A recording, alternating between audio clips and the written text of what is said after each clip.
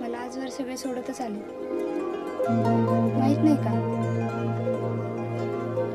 मी चुकीची आहे का माझ्या हातून काही चूक झाली.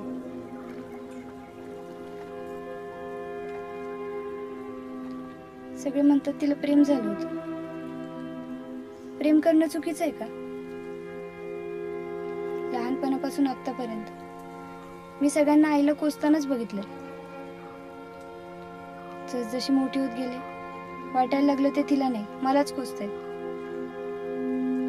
कारण तिनं जन्म दिलाय ना मला.